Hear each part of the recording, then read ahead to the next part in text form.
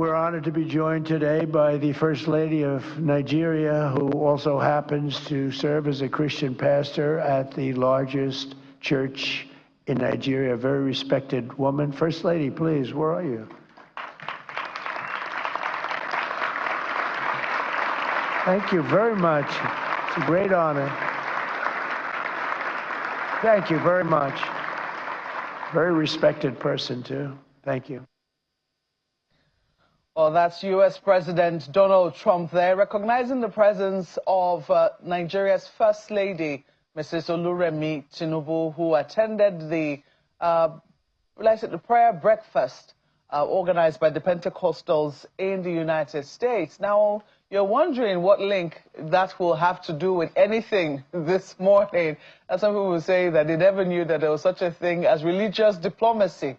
But you just saw it right there, because we do know that since we have been declared a country of particular concern by the United States, Nigeria has had to do all it can to show that it is a country that allows religious freedoms and allows everyone practice their faith. And that this is coming on the heels of the news that we have U.S. presence on our soil as well, which the Defense Headquarters has had to clarify. But maybe I'm getting ahead of myself. I haven't even said good morning to you and welcome to Sunrise Daily. I'm Maokwe Ogun Yusuf, just in case you're wondering. Am I alone on the program this morning? Well, it's come see, come sa. Alone, but not alone. I have you, and of course I have our guest right here in the studio. So welcome to the program. We're going to be talking about quite a number of things on the plate this morning. The issue of security is still very much on the front burner, and it'll be very interesting to see how everything interlinks. We also have the issue of the Electoral Act, which is still causing ripples. Civil society is dissatisfied. A lot of Nigerians are very disappointed by what has been passed by the Senate, because don't forget what the House of Representatives passed is very different from what the Senate passed, and they'll certainly have a harmonization committee to see how it is that they can reconcile. And a number of people are saying that they are hoping that at that reconciliation committee that they will be able to go with the version that the House of Reps has passed. We'll see how the particular development goes. But this morning, we're talking about the issue of security, and Kaiama is still very much on the front burner. Yesterday, we were able to present a comprehensive report on the findings of the governor of Kwara State. He was also in Abuja after that visit to Kaiama, visiting the emir of Kaiama, as well as the village of Woro, and was another village where over 75 people lost their lives. Women and children, we understood, were abducted in an overnight raid that went on for over 10 hours. There's a report on that. The governor visited the president yesterday at the presidential villa to give him a comprehensive briefing on what he saw. But here is how it went down when the governor visited those communities when the disaster, the tragedy was reported. You understand, he had to travel as much as 6 hours to get to Kaiama community to visit the traditional ruler, and shortly after visiting the traditional ruler, he had to travel another 2 hours to visit the communities affected. Let me not talk too much. Here is a report of the governor's findings when he visited Kaiama.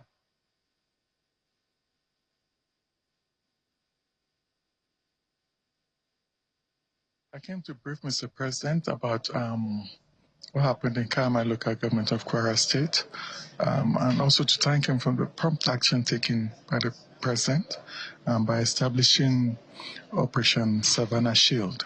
That will go a long way in deterring and bringing calm to the region in Kwara State. After meeting the President, I'm confident because as I speak to you, the Force Commander for Operation Savannah Shield has reported in Kwara State, Ilorin, today. And is hitting the ground running, and we rely on the military to do what they do best. The president has directed the armed forces to move in and to clean up the place and make sure peace and calm is restored. Well, that was the governor after his briefing with the president yesterday. But we're hoping that we'll be able to bring you the report of when he visited the community itself. It was a very harrowing ordeal. As a matter of fact, the governor was left speechless after he visited the village where the massacre occurred. Listening to the people who witnessed what transpired, people from that village who also mentioned that they were insiders, that they have bad people within their community who seem to be giving information to these people, because when those people invaded, they knew the houses that they wanted to go to. They had specific people in mind and they wanted to neutralize, so to speak. So we saw the loss. I mean, 2 recent medical students, medical graduates who just finished medical school were amongst those who were murdered in the brutal and senseless killing that went on in Kaiama. Here is a summary of that particular report. It's not the metaphorical stone-throw journey. It took the governor and his entourage 6 hours to get to Kaiama local government in Kwara State. It was dark when they arrived, even as the Emir of Kaiama shed light on the dastardly attack by terrorists. Very unfortunate that we lost a very large number of people. I think this one was the largest massacre in Nigeria at the same time, if I can remember. By our count, at 3 in the morning, 75 people were identified and given mass barrier. This excludes the Christians who are taken away, the Yorubas who are taken away, and some corpses are seen in the bush that are not yet.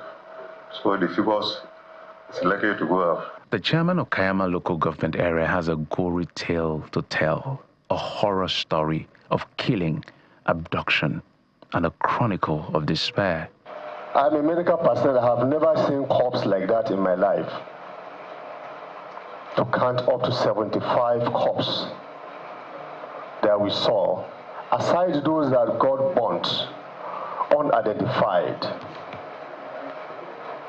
As we speak, there are still corpses in the bush because they are ambushing them. They ambush them in the village. This is the village head, sir, Your Excellency. As they came to Oro, they went to his house straight. It means we have bad eggs among us who are giving the information about our communities. They got there, they asked for key of his cars, they vandalized his 2 vehicles, they burnt his house. His kids, there's a girl, his firstborn is a male, the sister, the second-born is a woman. The 2 of them just finished medical schools. And of course, they brought them out and killed the 2 of them. Governor Abdulrahman Abdulrazak, having listened to the heart-wrenching narrative, responds with an assurance from the presidency, the deployment of an army battalion to the state to flush out the bandits. We thank the Commander-in-Chief for approving the immediate deployment of a battalion of soldiers immediately under Operation Savannah Shield.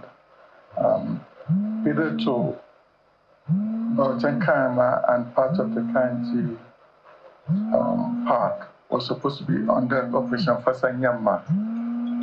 But now there'll be a major operation here directly with headquartered in Kwara, and with a battalion of soldiers coming in to make sure this place is safe. Now,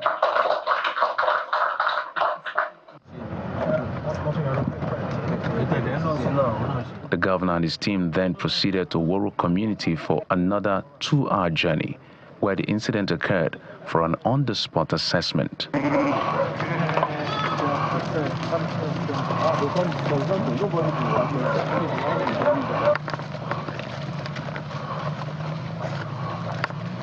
visible signs of the mayhem stare you in the face. Some of the structures are still burning. Pure madness. May the soul of the departed rest in peace. We can see issues of ideology, religious ideology. The citizens here resisting the sort of ideology that is alien to them. 75 have been buried. And, we're short of words, but we thank the security agencies for their work. Also commend the president for deploying the troops. A new battalion coming in here, a new operation, Savannah Shield, will take over from the southern axis of the operation Fasanyama. So things will certainly get better here. Many members of the community have been abducted, while the search for more bodies is still ongoing. Well, that is the situation in Kaiama local government area, and it is the latest in a long list of rural communities that have come under severe attack from terrorists. Before now, we had heard reports of an attack on a market in Kaswandaji in Niger State, and this morning we're being joined by a former brigade commander of Operation Lafia Dole, who happens to come from that particular area. Retired Colonel Yaya Lakale is here with us in the studios. We're also being expected to be joined by Mr. Ahmed Meyaki, who's the Commissioner of Information in Kaduna State. He is going to be giving us an update on the abduction of the release of Kurmin Wali abductees. They were taken from a local church in that particular local government area. They have since been freed. So something to at least share, but something to also think about, because people are wondering, all of these stories are connected. In some instances, they are killed, as we saw in Kaiama local government area, as we saw in Kaswandaji in Niger State. In Kurmin Wali, they were taken away, but fortunately they have been freed. So we're going to be having, merging all of these conversations together. Ahmed Miyaki is right there for us, Commissioner for Information in Kaduna State. Thank you so much for joining us as well. Thank you very much, the Sunrise Daily, and everyone watching us from all over the world. Good morning. Good morning. Let me start with my guest in the studio. Colonel, thank you so much I know it was not an easy trip for you to make, to be with us in the studios this morning. We really appreciate your time. I'm sure you're watching what is happening, or you've just seen what has happened in Kaiama local government area, and I'm sure that you can relate. This is something that you have experienced firsthand in your own local government area. And I think you mentioned behind the scenes that your local government, you all shared one local government before the creation of states, and then some local governments were divided amongst themselves, some to Niger, some to Kwara. Given what it is that we're now seeing, that flow, it was seen from the northwest, Kaduna just up there, Niger State just down there, and then Kwara down as well. Do you think that there can be any solution to end this madness? Thank you, Mankwe, for having me. I really appreciate it. And good morning, Nigerians. Like you said, the Kaiama local government, Baruten local government in Kwara State, Borgu local government and Agwara local government in present Niger State were once one local government before the state creation of 1991.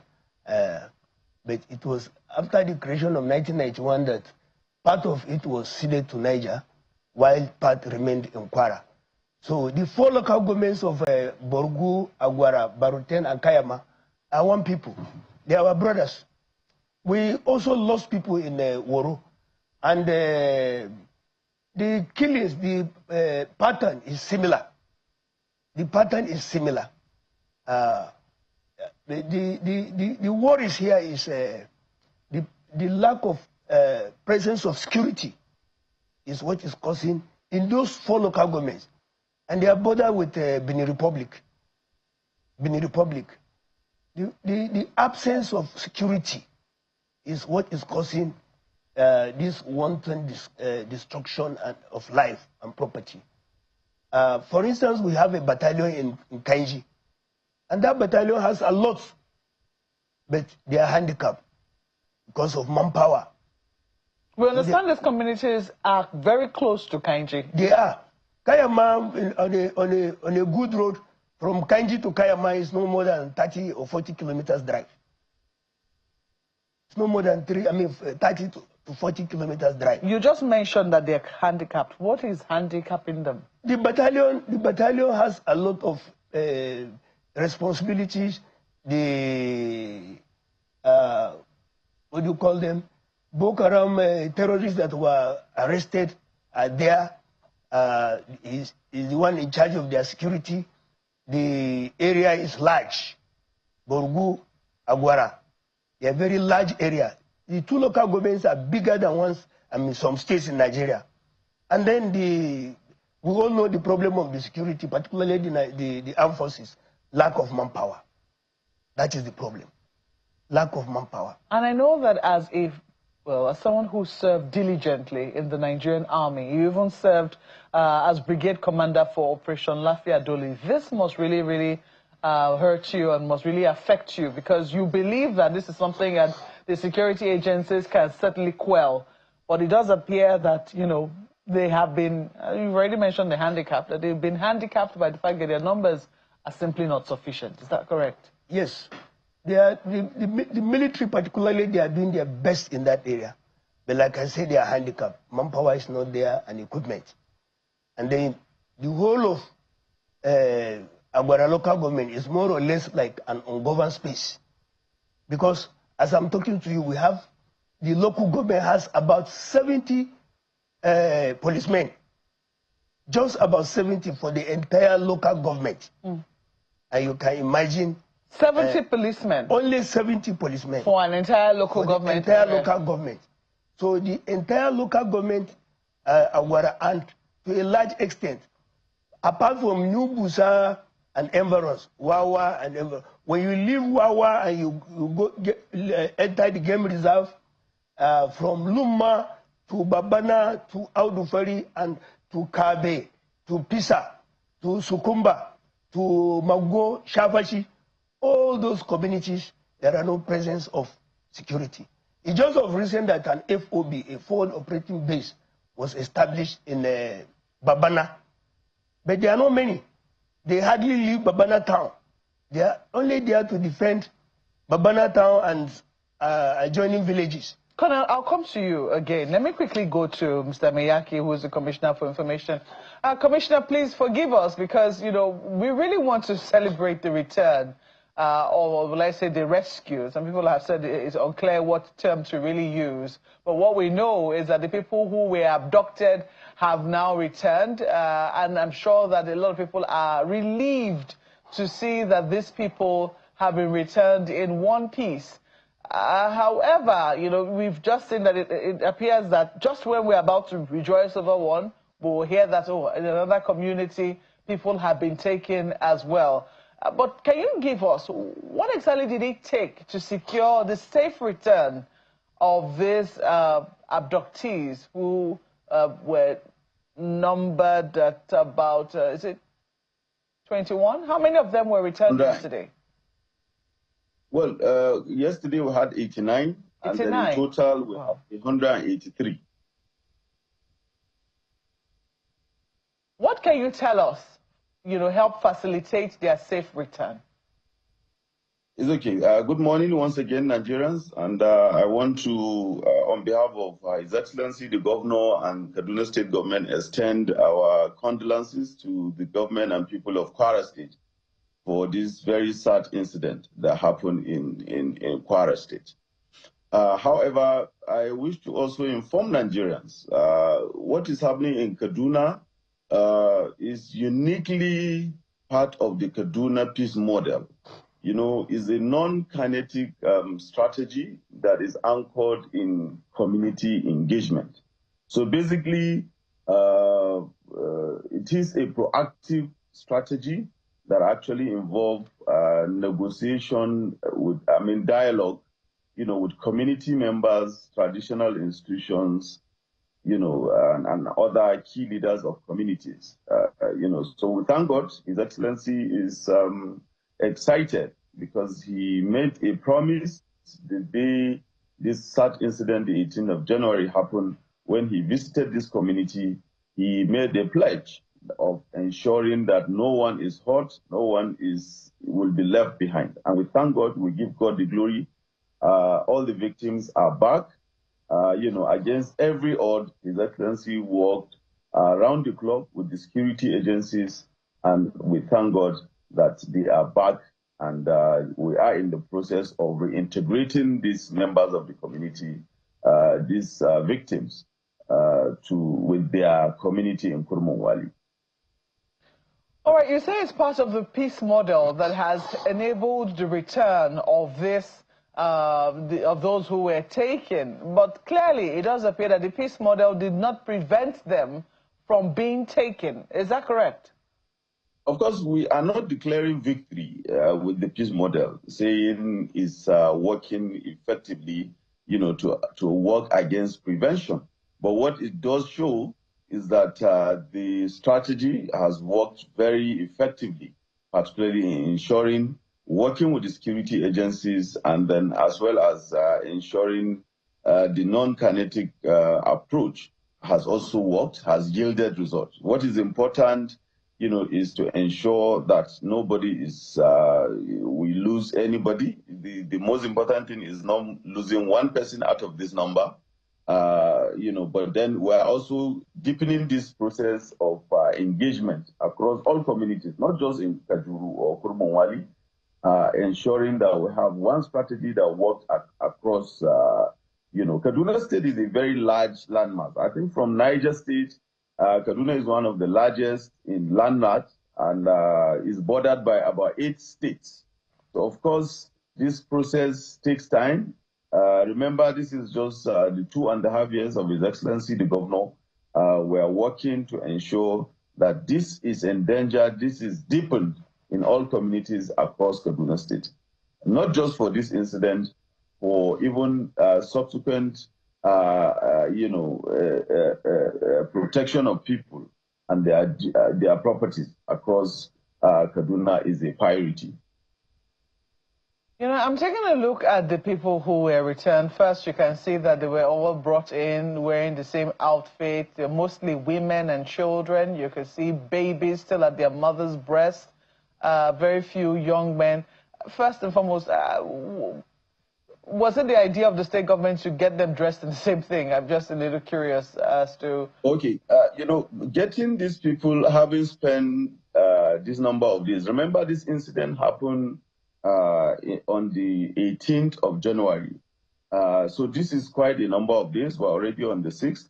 So it requires that these people have not had their bath over time. Some have trekked over distances, and they require a whole sort of process of profiling and ensuring that they are in good state. There are the process of ensuring they had very good medical examination, being evaluated, and then, of course, ensuring that they have a proper medical and social mental care.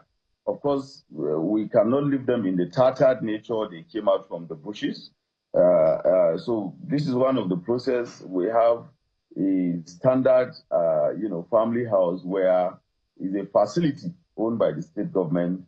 All of them were taken there, to ensure that first they were given medical attention. Like the first set that returned before yesterday, have been given their beds and ensuring that before they are united with their families, this medical evaluation has taken place, and then the psychosocial support is rendered to these people so that they go back and you're reunited with dignity to their communities. Of course, the media ethics will not even allow us to show them to the public in the state where they return. So that is basically it. That is what happened, Mope. All right. I'm very concerned. You know, you mentioned this peace model, and I think that, you know, over and over again, we have heard about Kaduna and the peace model. You have since said that it's not that you have declared victory, but I think that for a number of people, they keep wondering, how do you even negotiate peace with people who, because I do not know if it's a negotiation, you know, what exactly it is. You can tell us what it is. You just talked about a peace model. What it really entails is unclear to us. What we do know is that people were taken, they've returned safely, we're glad to see them. However, people will wonder, will this happen again? Is this something that will be a recurrent decimal? What sort of people, you know, go to a church or go to communities where people are worshiping and abduct them, you know, willy-nilly? Doesn't matter whether they are women with babies at the breast, they abduct everybody, forcefully take them away, and we can speak of peace with this sort of people who seem to be very conscienceless. Well, I think for the records, it is important to send these records. This peace dialogue we're talking about is not with the criminals. We're talking about community-based dialogue. You know, it is the function of the security agencies. Yes, they are faced with the challenges of lacking enough manpower, but of course the security agencies, you know, led the process of rescuing these victims. So it is not a negotiation with the criminals. We do not know these bandits. We do not pay these bandits. You know, like you have said, these are people that are heartless, who are attacking communities defenselessly. So, of course, when I say dialogue, I do not mean dialoguing with criminals. It's dialoguing with community members, you know, because whatever peace you see happen in any community starts with the community. Yeah, and the community members the one carrying out, sorry to interrupt you, are the community members the one carrying out the abductions? What exactly are the conversations about? Of course, the community members cannot abduct themselves. What I am saying, the peace dialogue is engaging with the community. Now, if you engage with the communities, communities can give you early warning signs, you know, for you to act before even these incidences happen. It's a proactive way of engaging the community. I'm just giving you an overview of what the peace model is about. But in this particular incident of Kurmunwali, since it happened, the security agencies, I must comment at this point, the DSS, the military, and of course the police, who have worked round the clock to ensure the return of these victims. It is not an engagement with the criminals. It is the effort, of course, driven by the security agencies, because they are the ones who have been charged, you know, by law, by the Constitution, to lead in the issue of security operations. But of course, the governor, using the model, provides every support, you know, to ensure that this happens across Kaduna State. Can I ask what becomes, just a moment, Commissioner, can I ask, because, you know, Kurmunwali was quite an embarrassment. Initially, when these people were abducted, we had a security briefing that happened in Kaduna State, and then we heard in the press briefing, the briefing afterwards, that security meeting, the local government chairman saying that no such thing happened, the Commissioner of Police warning those who carried fake news to beware, and that they will not tolerate any such false news coming out of, you know, they will not accept those who peddle false news in Kaduna State. And then shortly after, a day after, or even less than how many hours after, we had to hear a confirmation coming from the federal police. It was this confirmation came from the force headquarters that indeed there was an abduction in Kurmunwali, and this number of people were taken away. And then, you know, we now saw the governor moving into that community, visiting the people, listening to their stories, with the promise that these people will be returned, those who have been taken. And I believe that this is a fulfillment of his pledge to that particular community. However, the tragedy of the misinformation from state quarters still remains, and people are asking questions as to what will happen, what accountability measures are being put in place to make sure that people who come out and without confirmation, who were the ones who gave the false information in the first instance, that they are held accountable to their own words. What exactly is happening to the commissioner, not the commissioner now, the local government chairman of Kurminwali? Well, like you have mentioned, the police have been able to set the record straight. The headquarters of the Nigerian police have made it very clear to Nigerians the particular incident that happened. What we are actually avoiding as the state government is politicizing this particular incident. You will recall that the very popular figure across all the media platform is saying 177 people were abducted. Of course, for us as a government, whether it is 177 or one person, we are indeed very concerned. But the return of the victims yesterday had shown all the people that have peddled the information about 177 were false. People gave out a list saying 177, whereas it is 183. So for us as a state government, and of course my Ministry of Information, were working closely to ensure that, misinformation, because misinformation can always mislead the public. And what is key to us is that once this confirmation was made, because we all run to the security agencies, like the last guest you had, or who is currently in the studio, is talking about how the security need to be beefed up and how they need to respond to emergencies like this. Yeah, Honorable Commissioner, it doesn't answer the question as to what accountability measures are being applied to the local government. Let's get to that quickly, please, because we're almost out of time. We are already, like, part of the component of the peace, Kaduna peace model is one that ensures verification of any incident before we rush to the media. So the mechanism that will ensure, of course, we cannot bring to account the work of the police, but that of the local government chairman and across the state, the mechanism will be strengthened to ensure that public is not misled. And then, of course, people who are conflict merchants are able to verify figures before going to the public, not just the council chairman, but the public and, of course, the media. Okay, well, you haven't said much about whether the council chairman will resign, whether he's resigning, because really that was an embarrassing situation, not just for that particular local government chairman, but also for the Kaduna state government. The council chairman does not live in the community.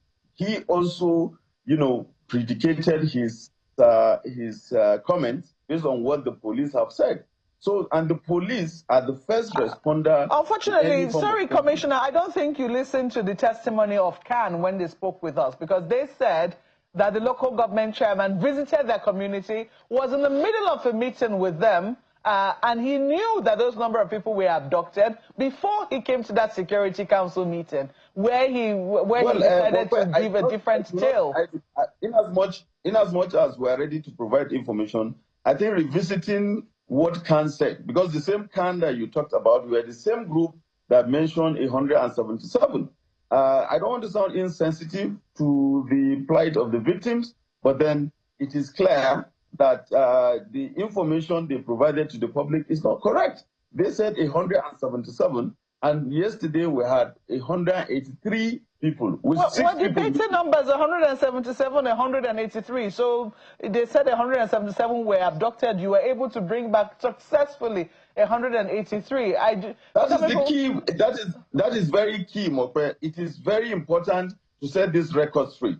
So I'm glad that you have said that. Just a moment, Commissioner. I'm glad that you have set that record straight, and we have that on record, that 183 people were successfully returned. But it is a very different circumstance from saying that people, 177 were abducted, and somebody says no such incident happened. Those are two very contrasting elements, and I think that it is very important for us to be able to place weight where it really, really matters. If a commissioner or a commissioner of police or a local government chairman who is responsible for an area says that people were not abducted when they were abducted, that certainly should call for some measure of accountability. You do not agree?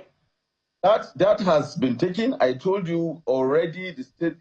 His Excellency the Governor has set up a team to ensure that this investigation is done, and then not just for this particular incident, a mechanism is set in place to ensure that there is no occurrence of such. Of course, after this probe is completed, if the local government chairman needs to be brought to account, that will be done. But what is important for us to note as Nigerians is the return of these people. And then, like you have said, you have the governor was in this community where he made a pledge of ensuring that nobody is lost in this incident, and everybody has returned. He has made a pledge about constructing a road from the very beginning to the community. That work has begun.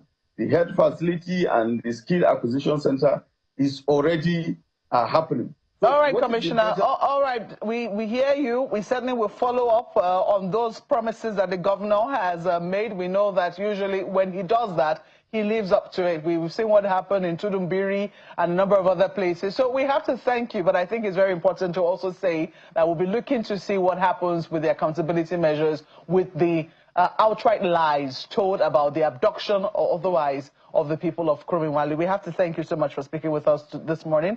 Mr. Ahmed Meyaki is the Commissioner of Information in Kaduna State. Thank you so much for speaking with us. Thank you.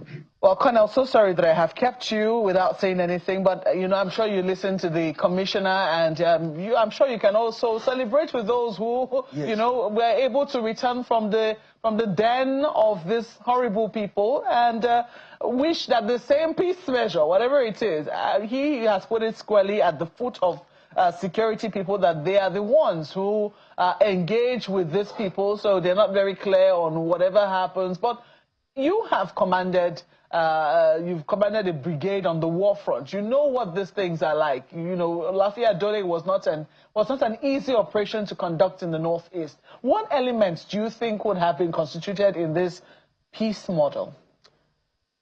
Well, Mokwe, thank you very much again for having me. Let me first and foremost rejoice with the people of Kaduna State, particularly Kurumwali, for the release of these adoptees.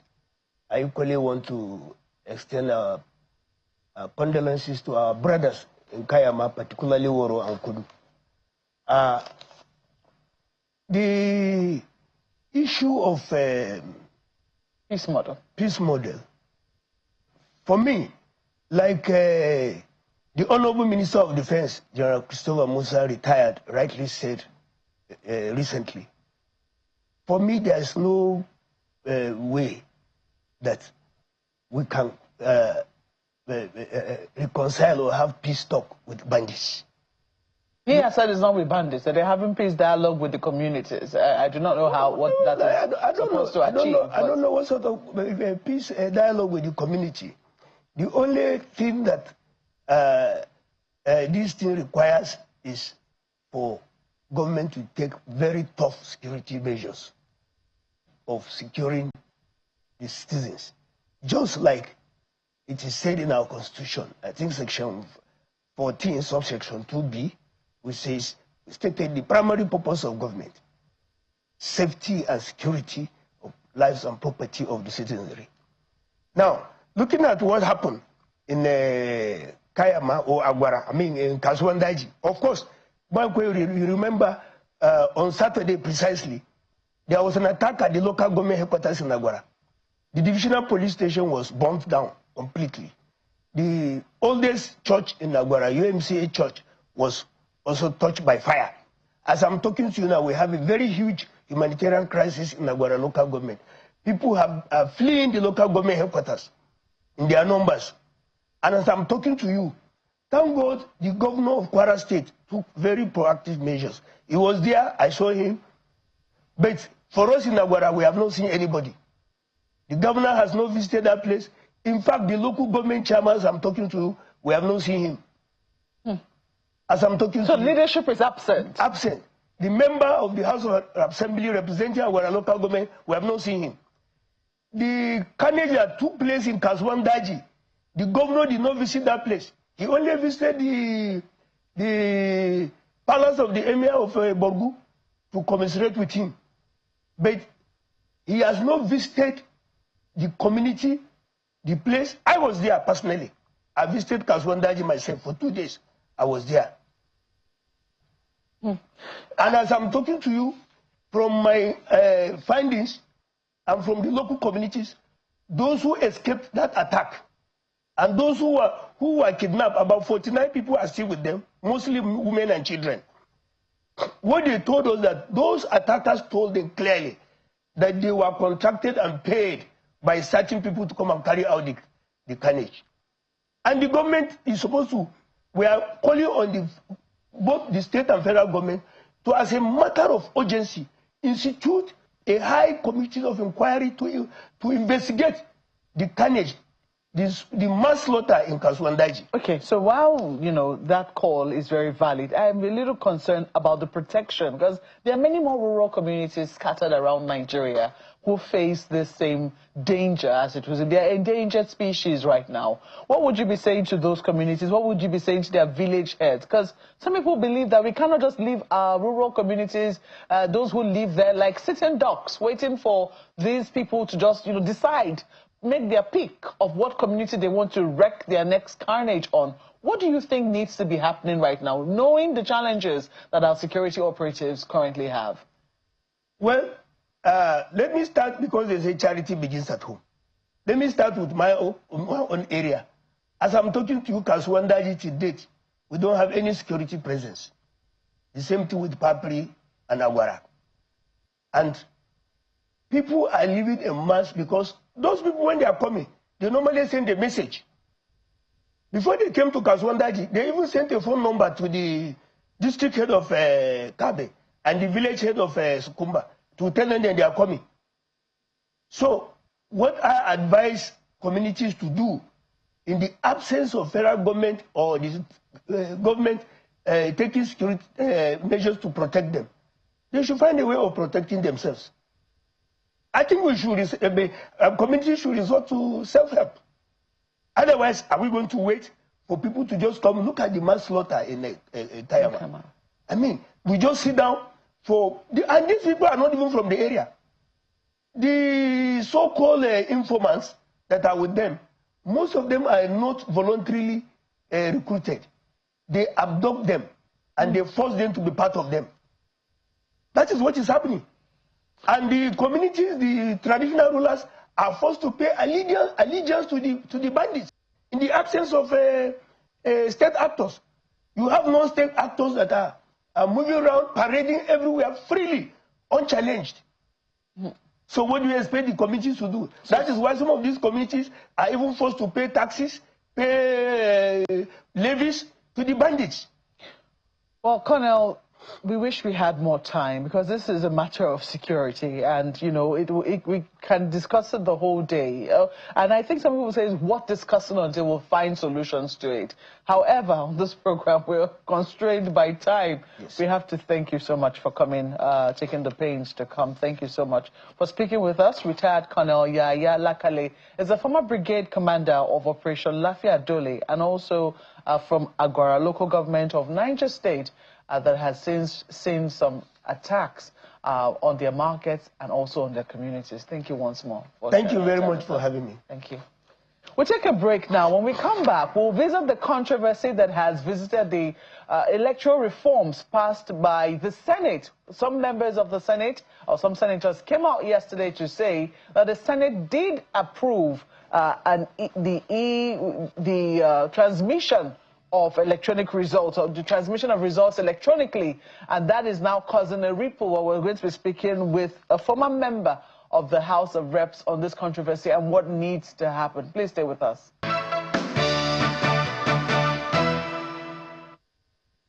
Well, we're joined now by Hamzat Lawal, who's a Shivnin scholar, master's student, Institute of Development Studies at the University of Sussex in the UK. Thank you so much for joining us this morning, Hamzat. I know you're following very closely developments back home, especially with what has been happening with the new electoral law, and there's been controversy. We've seen this controversy now spring up between members of the National Assembly, particularly the Senate, but maybe not National Assembly, let me not generalize, because the House of Reps did theirs. There was no controversy. It would seem that the controversy is just about to be introduced now when they will have this harmonization committee. But we had senators come out yesterday. We saw Senator Inaya Abaribe, Senator Natasha Akpoti. We also saw Senator Aminu Tambuwal come out. Some of the members of the ADC come out to say, look, the Senate did pass e-transmission of results real time. They are not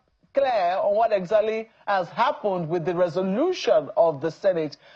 From where you are, and from, I know you also have sources inside of the National Assembly, what are you hearing?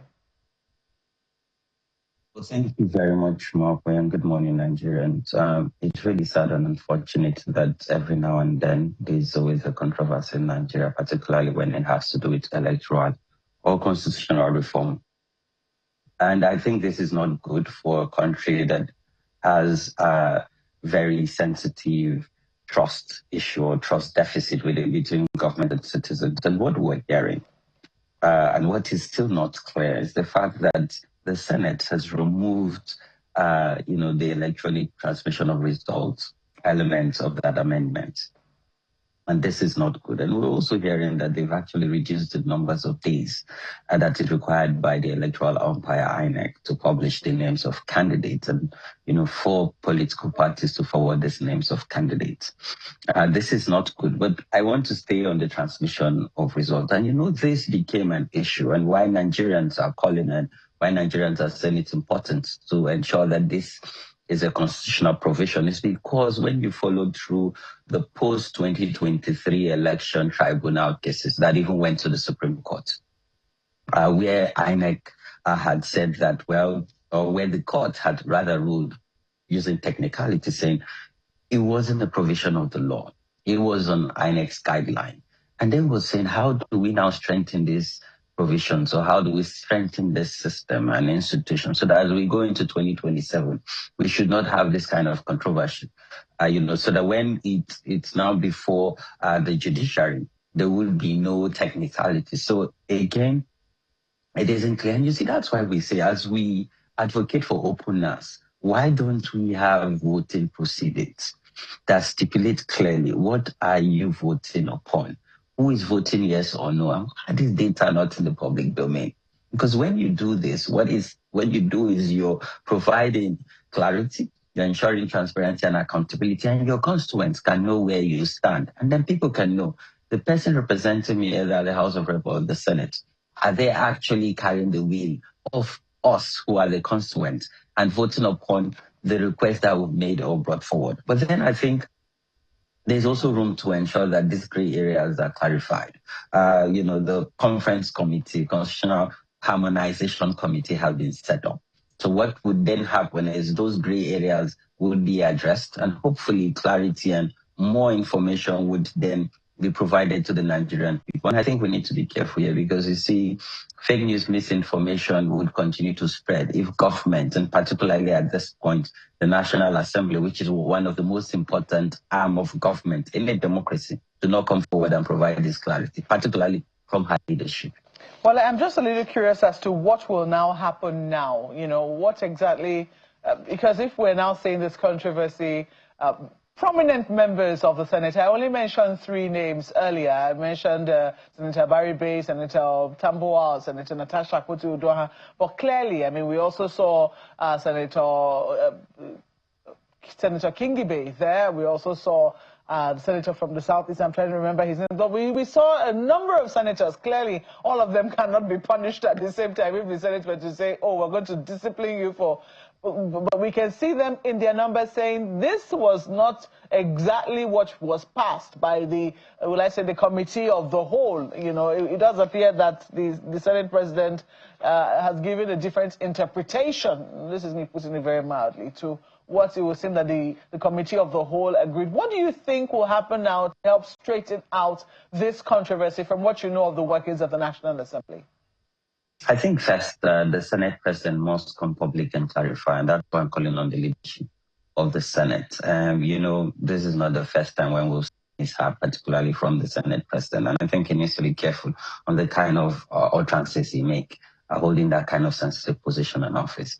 Secondly, as soon as possible, this Constitutional Harmonization Committee has to meet and also provide clarity and make sure that their report is made public on what goes back to the floor of both the House of Representatives and the Senate for passage before it's transmitted to the President for assent. Because when they're able to meet and clear this gray area, they most importantly must provide detailed information, particularly on the provisions that are adhered to the heart of the Nigerian people. Electronic transmission of results is non-negotiable because we believe that this would help strengthen our electoral process and will do away with any unforeseen circumstances. The Nigerian people are saying we want to embrace technology in full force. You know, beavers have helped us to eliminate double voting, and now we must ensure that in real time we see our result, because you know the rigging or the manipulation of election happened during coalition. Mm-hmm. So if we get results in real time, then nobody can manipulate or try to rig, you know, our processes. So again, it's an opportunity, particularly for our legislative during this harmonization meeting, let all these gray areas be addressed and let information be provided in real time to the Nigerian people. But again, it's important I state that it is non-negotiable. Electronic transmission of results is here to stay, and it must stay because the Nigerian people are calling for it. But some people say that it does appear that there is still a window of hope given all that we're currently seeing. I'm just wondering whether you'll be back in time for the 2027 elections, Hamzat, will you? Yes, I would. I literally am coming back at the heat of the campaign and just before the elections. And yes, there is hope. There is hope in this entire process. And you see, this is the beauty of democracy. As much as the majority would have their way, the minority have their say. But now we're seeing the majority voices, even within the very important arm of the legislature, is adding their voice to the call of the people saying electronic transmission of results must come to stay. You see, I think this whole conversation also informed, you know, my scholarship and academic prowess in class. This is politicians only think about the next elections. A lot of people who are fighting against electronic transmission of results, they just want to come back and have their seat. But then if you say you're popular and if you say you actually have represented the will of the people, why are you getting scared to go into an election when you're confident that you would win? Big question.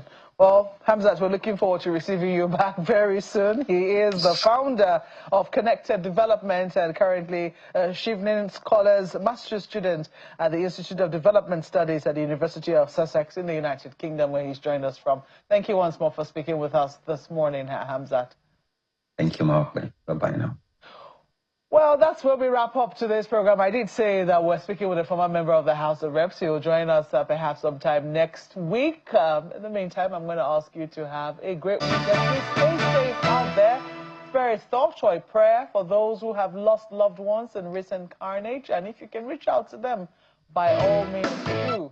Thank you so much for watching this morning. I'm Maokwe Ogun Yusuf. On top of the hour is Business Morning. Have a great weekend.